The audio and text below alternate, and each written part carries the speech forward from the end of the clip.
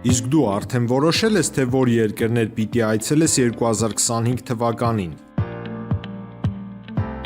Եթե դու էլ ես հոգնել օրեր շարունակ հարցումների անպատասխան մնալուց, դիմիր Travel with N տուրիստական գործակալություն, սպասեցնել չեն տա, անմիջապես կստանաս լավագույն առաջարկները, տուրփաթեթներ, ավիատոմսեր, հյուրանոցների լայն ընտրանի, էքսկուրսիաներ, սոցփաթեթի սպասարկում եւ ամենակարևորը 24/7 ձևաչափով բարեհամբույր սպասարկում։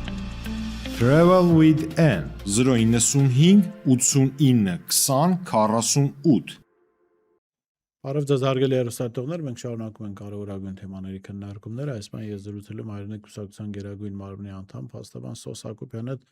Շնորհակալ եմ պարոն Հակոբյան մեր հավերն ընդունելու համար։ Ես եմ շնորհակալ։ Մենք երեք տեղեկացանք, որ Միքայել Սրբազանի առողջության հետ կապված խնդիրներ կան, դրանք նաև բանտարկությունից, ապօրինի բանտարկությունից առաջ կային, հիմա արդեն ըստ Գառնիկ Դանիելյանի որոշակի սրացում կա։ Բայց այդ հայտարարությանը զուգահեռ մենք լսեցինք Արդարադատության նախարարի պաշտոնը զբաղեցնող հայտարարությունը, որ վիճակը ծայրահեղ չէ։ Ինչպես է գնահատում այս իրավիճակում իշխանության վարքագիծը, ինչ ասել է ծայրահեղ, այսինքն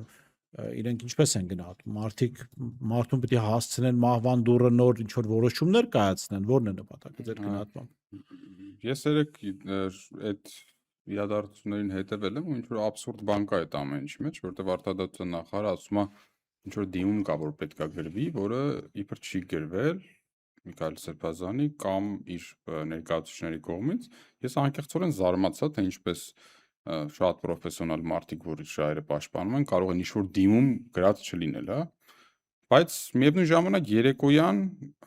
կոնկրետ են Facebook-յան էջով, որով ընդհանուր պաշտպանական թիմի հայտարարություններ է սովորաբար տարածվեց, որ նշված դիմումը ներկայացվել է դեռևս մոտավորապես 1 ամիս առաջ, այսինքն բավականին ժամանակ առաջ, բնական է ներկայացրել են բժշկական փաստաթղթեր, այսինքն դրա մասին ասվել է կոնկրետ բժշկական խնդիրը, որում նշվել է եւ որում արկա է ցուցում կոնկրետ վիրահատական միջամտություն կատարելու համար եւ Սրբազանը կոնկրետ բժշկական հաստատություն է նշել, որի բժիշկին վստահելով ցանկանում է այնտեղ անցկացնել իր միջոցառումները բժշկական միջամտության եւ մի պատասխան ուղղակի նշել են այդ քրեակատարողական հիմնարկ օակից, որ ֆիքսել են, որ Սրբազանը հրաժարվում է անվճար բժշկական ծառայությունից, պետության կողմից որ հասանելիք, եւ այդքանը, եւ ոչ մի ընթացք չեն տվել այլևս, եւ ստացվում է սա տարին վերջանում է,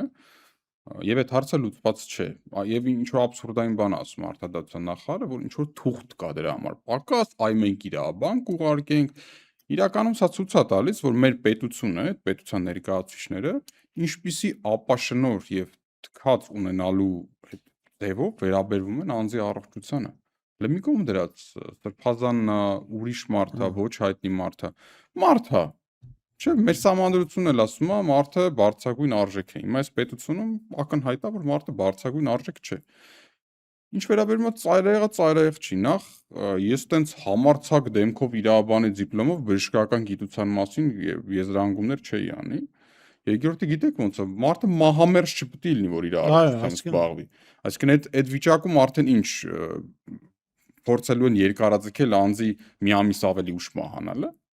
Այդ բժշկական միջամտությունները նրա համար է, որ այդ ծայրահեղ վիճակին անձը չհասնի։ Այսինքն դա ես կարծում եմ այդպիսի վերաբերմունք ունենալը նաև անձին կտանքների ենթարկելու ժանրից է, որովհետև նորից եմ ասում, իսկական իրական բժշկական խնամքը պետք է լինի հենց կանխարգելիչ կամ խնդրի հայտնաբերման դեպքում այդ խնդրի վերացման ուղղված, այլ ոչ թե կոպիտ ասած սպասենք մինչև շտապ օգնության անհրաժեշտություն լինի, այդ աբսուրդային է։ Այդ հենց հիմնավորում է եւ ցույց է տալիս, թե ինչու է 20-ից ավել մոտավորապես մահեր արդեն այս տարի 23, հա, քրեակատարողական հիմնարկներում, այսինքն այդ ամենը պատահական չէ, սա փաստում է, որ այդ մահերը պատահական չէ, որովհետեւ մեր պետությունը իր խնամքի եւ գիտենք, որ արգելանքի տակ գտնվող անձը պետության խնամքի տակ է իր անվտանգության, առողջության եւ մնացած հարցերի հետ կապված։ Իր կոնկրետ պաշտպանության եւ խնամքի տակ գտնվող անձանց ինչպես է վերաբերվում, եւ ինչի արդյունքով էլ ունենում ենք այն ինչ որ Կանք ասել, պարոն Ակրան, դուք իրավական առումով բավական հետաքրքիր մեկնաբանություններ տվեցիք, տեղին գնահատականներ հնչեցրեցիք, մեկ է քաղաքական տեսանկյունից նայենք։ Մենք կարող ենք սա համարել որպես քաղաքական, չգիտեմ, պատիժ, քաղաքական որոշում, որ այս մարդուն, կոնկրետ Միքայել Սրբազանի պարագայում, հնարավորինս տառապանքներ պատճառել բանտում եւ բժշկական իր ցանկացած օգնությունը, ընդ որում սա էլ շեշտենք, իր հաշվին պետությունից որևէ գումար չի պահանջվում։ Իր հաշվին բժշկական օգնություն տալ են պարագայում, որ ժողովրդական խոսքը Աստված մի արասը, բայց բանը բանից անցած լինի եւ որևէ բժշկական օգնություն էլ արդեն այսպես փրկողակ չլինի։ Գիտեք, ամեն դեպքում քաղաքացին, որը հետևում է այս դեպքերին, լիովին կարող է այդ կարծիքը իր մոտ ձևավորել։ Հիմա ես եթե ասեմ, կասեն կոնկրետ ընդդիմադիր հայացքներ ունի, բնականաբար ինքը մոտիվացված է փնովելու, բայց լավ, փորձենք նայենք օբյեկտիվ իմաստով։ Եթե պետությունը այսպիսի քամահրանքով է վերաբերվում անձի առողջությանը, անձն էլ այն Սրբազանն է, որը խիստ ընդդիմադիր հայացքներ ունի, ու մշտապես դատական քննության ընթացքում անգամ դրանք արտահայտել է։ Եվ հստակ կա, անձն էլ բավականին այնպիսի տարիքում է, որ կարող են նորմալից կարող են այդպիսի խնդիրներ լինել, եւ այդպիսի հա մի ամիս առաջ դիմում են գրել, դե հիմա ծայրահեղ վիճակում չի, դե հիմա թող մի հատ մեր իրավաբանը գա, գուցե ինչ որ թուղթապետ լրացնել, այնպես չի։ Այս վիճակով են վերաբերվում այդ ամեն ինչին։ Հիմա ինչ պետք է մտածի քաղաքացին, որ այո, գուցե հաշվի արդար են տենում, որ այո, ցույց են տալիս մնացածի Սրբազանի օրինակով, եթե Միքայել Սրբազանի հետ ենք այսպես վարվում, իմացեք, դուք էլ խոսակ ձեր հետ, այսպես կվարվենք։ Խնդիրը հասկանում եք, աստվածային ճշմարտություններ ոչ մեկս չգիտի։ Այսինքն հաստատապես ինչ-որ մի բան լինել, անգամ դատավոր, երբ որ անձին դատապարտում է, հաստատապես չգիտի։ Ինքը դատավարական ճշմարտությանն է ձգտում, ոչ թե իրական աստվածային։ Եվ հետեւաբար հարցը այսպես պետք է լինի։ Արդյոք կան այն հիմքերը, որոնք մեզ թույլ են տալիս այդ վերլուծությունը անել, որ բոլոր շանսերը կան հաշվի արդարի սցենարի։ Այո, այդ բոլոր դեպքերը կան։ Հակառակը իշխանությունը հասկանալով հանրային հնչեղությունը Ավելի խորացում է կասկածները։ բծախնդիր պետք է լինի այսպիսի դեպքերը, որ հանկարծ մեզ հանրության մնացած շերտերին առիթ չտա այդպես մտածել։ Ճիշտ Չէ, է։ հատկապես պարոն Ակոբյան, որ մենք Սրանք ունենք օրինակ Արմեն Գրիգորյանը, պրոդյուսեր, Այո։ որ դատարանի դալիճում արդեն մահացավ, այսինքն այն ժամանակ էլ ենթադրաբար քրեակատարողական ծառայությունը այդ ժամանակվա արդարադատության նախարարը կարծել են թե ծայրահեղ վիճակ չէ մարդու մոտ, առողջական ծայրահեղ խնդիրներ չունի։ Ի վերջո կարծեմ ընդհանրակարգն էլ հուշում է, որ բժշկական ստուգումներ պիտի անցնի, չէ՞ մարդկանց բանտարկելուց առաջ, թե չկա ֆիլմերից է մեր մոտ մնացել, ինչ որ մարդկանց առողջության ոնց են հետևում Ես այդ հաստատություններում։ այդպիսի կարգավորման մասին չգիտեմ, որ ամբողջական ինչ-որ բժշկական զննություն է անձանցնում, ըստ բողոքների, այո, ըստ իր բողոքների անցնում է, ըստ իր նաև դիմումների ներկայացրած, այո, կարող է անցնել, բայց որ պիսի ինչ-որ տարին մեկ անգամ լինի, այդ դրա Մի մասին խոսքով մենք մեր աչքի առաջ ունենք Արմեն Գրիգորյանի դեպքը։ Դատարանում մարդ է մահացել։ Ցավոք սրտի մեր պետությունը երկար տարիներ է այդպես վերաբերվում, երևի ամենահնչեղ գործերը առաջին, դեռևս սրանցից առաջ հացբերողի դեպքներ չի կարելի առհասարակ ցանկացած անձի նկատմամբ, այս իմաստով անձին հավասար են անկախ իրենց հեղինակությունից։ Բայց այսպիսի դեպքերով ենք մենք նաև զգում, թե եթե այս հանրային ուշադրության կենտրոնում գտնվող մարդկանց է վերաբերմունքը այսպիսին, այն մարդիկ, որոնք զուտ իրենց ճանաչում են իրենց շրջապատը եւ հանրային ոչ մի ճանաչելիություն չունեն, իրենց ընդհանրապես կարող է ոչ մի բան դեղ չդնեն։ Այսինքն ամեն տեսանկյունից էլ որ այս հարցին նայես, եւ քաղաքական մոտիվացիա ունենալու եւ չունենալու տեսանկյունից երկու դեպքում է շատ վատ է այս պետության ու այս իշխանությունների վիճակը։ Մենք 3 4 օրը Միրան Հակոբյանի հետ դեպքի ականատես եղանք, երբ որ դիմակավորված ինչ-որ խուլիգաններ հարձակվել Փաշինյանն են, այսօր գրել է որ դեմ է բռնության։ ֆիզիկական ինչ-որ հաշվի արդար են փորձել տեսնել, ամեն դեպքում ծեծի են ենթարկել, ակնհայտ է, որ ինչ-որ մոտիվացվածություն ա եղել եւ կարծես թե գոնե իր շրջապատող անձիկ ասում են, որ անձնական խնդիրներ չի ունեցել։ Հիմա հասկանում եք, անկախ դրանից նորից սա քաղաքականապես մոտիվացված էր թե ոչ, այս իշխանությունների խնդիրը պետք է լինի մաքսիմում արագ դա բացահայտելը։ Եթե դա նրանք չեն անում, հետեւաբար էլի օբյեկտիվ դիտորդը կարա այդ եզրահանգման գա, որ այստեղ կա որոշակի հետաքրքրություն։ Իհարկե, երբ որ Միրան Հակոբյան նկատմամբ բռնություն են գործադրել առավոտյան, բայց մինչև երեկոյան տեսախցիկների ցանագրությունները ոստիկանություն չի վերցրել, բնականաբար այդ ինչ-որ հիմնավորումներ գալիս են դրան։ Այո, եւ երկրորդ խնդիրն էլ է գալիս, որ մի քիչ գուցե կապված չի այս ամեն ինչի հետ, որ քանի որ մեր իրավապահ համակարգը այնպիսի ծանրաբեռնվածությամբ է աշխատում քաղաքական շահեր սպասարկելու համար, ուրիշ բանի ժամանակ չի մնում, հասկանում եք, ցանկացած ռեսուրս սահմանափակ է։ Դա կլինի վարչական ռեսուրս, ինչ որ աշխատանքի, ֆինանսական եւ այլն եւ այլն։ Երբ որ դու սաղ իրավապահ համակարգը լարում ես, որ շաբաթ-կիրակի քեզ կարողանան պատարագի անվտանգ տեղ հասցնել, հետ բերել, գնալ քաղաքական գործերով 20, 30, 50 հոգանոց քննչական խմբեր ես սարքում, այդ նորմալ է, որ ոչ այդ ոստիկանությունը, ոչ դրա օպերատիվ ծառայությունը, ոչ քննչական կոմիտեի հնարավորությունները ուշադրությունը չի հերիքելու այդ մնացած իրական իրավապահ ֆունկցիա կատարելու համար, հա։ Հետևաբար այս երկրում ամեն օր այսօր հանցավորությունը աճում է, դեպքերը շատանում են, լավ չի, բայց այս իշխանությունների պարագայում նորմա է։ Պարոն Հակոբյան, տեսեք, մենք շաբաթներ առաջ արձանագրեցինք, որ քաղաքացիական պայմանագիր խմբակցության պատգամավոր Լիլիթ Ստեփանյանը հայկական ժամանակի եթերում հետևյալ միտքը արտահայտեց, որը սպառնալիք եւ շանտաժ էր իմ գնահատմամբ, եւ ես ասեմ, որ այս թեմայով պատրաստում նաեւ հանցագործության մասին հաղորդում ներկայացնել իրավապահ մարմիններին։ Ինչ է ասում, ասում է, որ ազգային անվտանգության ծառայությունը հոգեվորականների վերաբերյալ հավաքել է վարկաբեկիչ նյութեր, կոմպրոմատներ, այսպես ասած, եւ դրել է Նիկոլ Փաշինյանի սեղանին, եւ բոլոր այն հոգեվորականները, ովքեր չեն ուզում այդ վարկաբեկիչ նյութերի հրապարակայնացմամբ հայտարարվել, այսը իր բառներն օգտագործում, ապա պետք է կատարեն իշխանության կամքը։ Ինչու են այսքան ցինիկացել, ինչու են, չէ՞ որ սա ապօրինություն է, դուք էլ իրավունքի մասնագետ եք, մեզ կհուշեք, հա, ապօրինություն է ակնհայտորեն եւ պարզ է, որ այս ապօրինության մասին նման բացահայտ կերպով խոսելը ինչ որ բան պիտի հուշի եւ երկրորդը հենց այս ապօրինության մասին խոսքից հետո Նիկոլ Փաշինյանին միացան այս եպիսկոպոսներ եւ արքեպիսկոպոսներ։ Մենք կարող ենք նաեւ երկրորդ հարց արդեն ենթադրել, որ այս մարդիկ հենց այդ շանտաժի սպառնալիքի ներքո են միացել հակաեկեղեցական արշավին։ Շատ երկրներում, այդ թվում նաեւ Հայաստանում, մշտապես էլ կա ենթադրություն, որ հատուկ ծառայությունները ինչ որ գործողություններ գուցեև անում են ապօրինի չարտոնված դատարանի կողմից կերպով, գաղտնալսումներ, անձնական կյանքի այլ միջամտություններ եւ այլն եւ այլն, բայց անգամ Հայաստանում մշտապես եղել է այդ գիտակցումը ըստիս, որ երբ որ դրա մասին մարդիկ իմանում են, բացահայտվում է հանցագործությունը եւ մի կողմից ամոթ էր դրա մասին խոսալը, քանի որ մարդ ամեն դեպքում ոչ մի հանրային գործիչ կամ չինովնիկ լավ չի զգում իրան, որ հանցագործության մասով ինչ որ բան է բացահայտվում։ Այսինքն դա չէր կարելի դրա մասին բացահայտում։ Ամեն ինչ պետք էր անել, որ դա մնա գաղտնի եւ այլն, որտեղ ամեն դեպքում անգամ եթե չդատվի այդ մարդը, այդ հանցագործի պիտակը կպցվում է այդ փաստով։ Հիմա այս իշխանությունների, այս գործողությունների պարագայում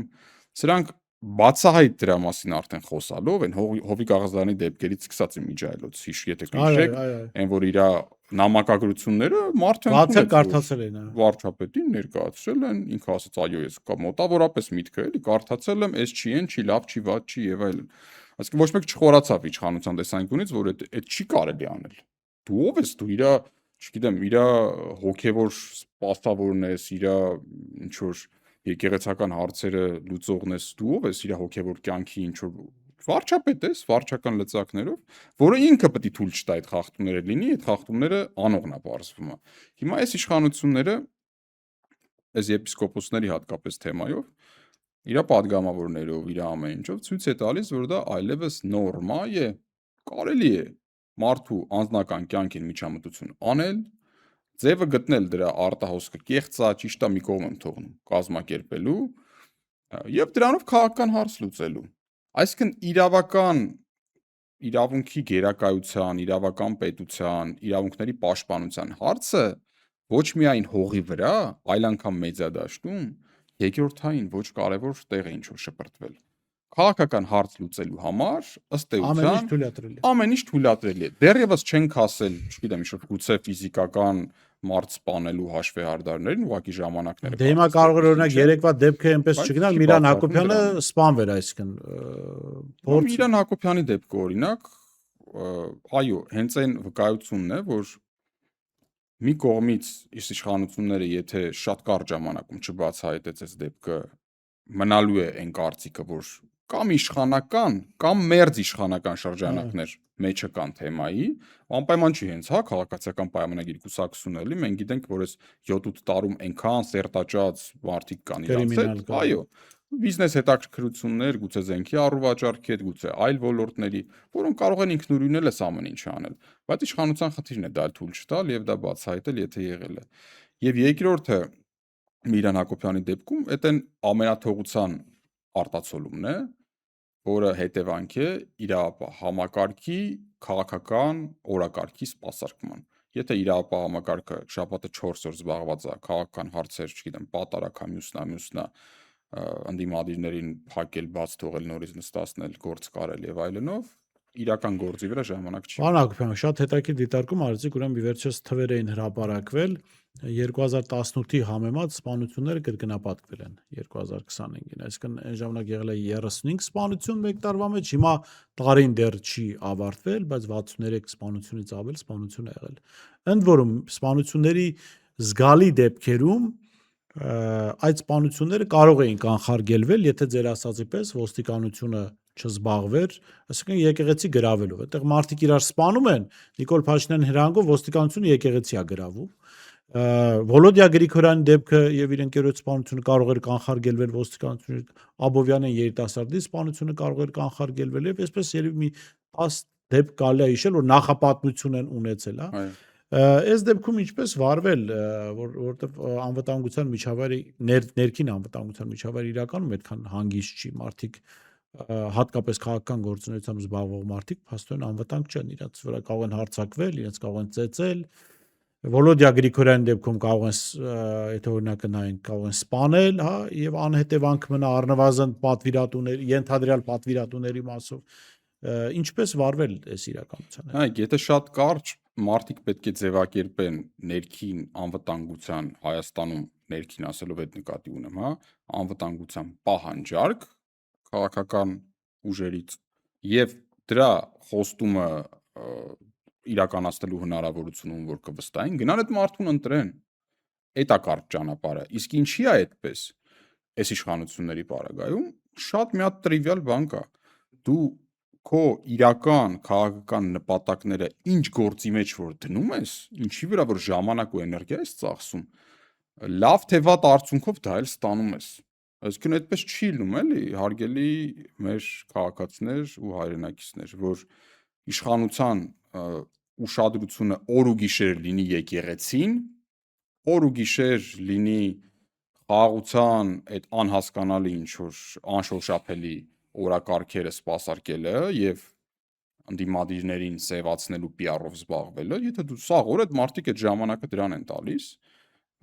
էլ բնականաբար չեն հետևելու ինչպիսի հանցավորության մակարդակա երկրում, չեն հետևելու ինչ արվեց դրա հաղթահարման համար, չեն հատկացնելու դրա համար ռեսուրսներ, ֆինանսական, մնացած։ Հասկանալի է, իրապահ համակարգը ինչ օրակարգով ոլորտով ահ եւ վախ ունի, որ իր վրա կարող է իշխանությունների զայրույթը պայթել, այդ օրակարգն է սպասարկում։ Այսինքն այստեղ ուրիշ հարց չկա։ Հիմա կոպիտ հակառակ օրինակը բերեմ։ Ասֆալտի վրա ուշադրություն դարձնում են այս իշխանությունները։ Օբյեկտիվորեն դարձնում են։ Մենք ունենք փոփոխություն ասֆալտի թեմայով Հայաստանում վերջին 7 տարիներին, ունենք։ Ասֆալտի գործը լավ է առաջ։ Եթե նույն կերպ սրանք վերաբերվեին օրինակ հանցավորության դեմ պայքարին, մենք չենք ունենա այս վիճակը։ Բայց դա ասֆալտ չի, որ սենց ամեն մարդ, որ զարթնում է առավոտյան, աչքը տենա կշտանա, հասկանում եք։ Դա մտածում են դե ինչ որ մեկի հետ կլինի, մյուս 100-ի հետ չի լինի եւ այլն, եւ դա շատ դժվար է, դա ասֆալտը հեշտ է, գումարը կա, փռեցիր անցար, իսկ հատկապես հետ պատերազմյան երկրում, երբ լարվածությունը, հոգեկան որոշակի խախտումները, շեղումները, ստրեսը տասնապատկվում է, այդ դրա դեմ առնելը զբաղվելը շատ մանրակրկիտ, բծախնդիր, նաեւ դրսի կարողություններ ներգրավելու աշխատանք ու հանգամանք է պահանջում, որը չունենք։ Շատ լավ, վերջին հարց պարոն Հակոբյան, մենք օրս լսեցինք ձեր կուսակցության ղեկավար Արթուր Վանեցյանը առաջարկում էր, որ պետք է վերադառնալ նախագահական կառավարման համակարգ։ Դա ուղղակի խոսք էր, որ ասվեց, ասենք, կուսակիցների համակիրների հետ հանդիպման ընթացքում, թե դա նաև ծրագիր է, որ պիտի առաջ տանի Արթուր Վանեցյանը եւ Հայրենիք կուսակցությունը։ Նայեք, մենք այդ հարցերը քննարկում ենք, իրականում այո, բան Վանեցյանը այդ կարծիքի է եւ կուսակցությունում ակտիվ քննարկվում է դա կլինի ծրագրի մաս եւ եթե լինի ինչ տեսքով կլինի, դեռ ժամանակի հարց է։ Ամեն դեպքում դա ոչ թե ուղղակի հայտարարություն էր, այլ դա մեր քաղաքական օրակարգի քննարկումներից մեկն է։ Շնորհակալ եմ, պարոն Հակոբյան, Ես շատ հետաքրքիր զրույցի համար։ Ես շնորհում զրուցում եմ Հայրենիք կուսակցության գերագույն մարմնի անդամ եւ փաստաբան Սոս Հակոբյանից, տեսություն կհանդիպենք։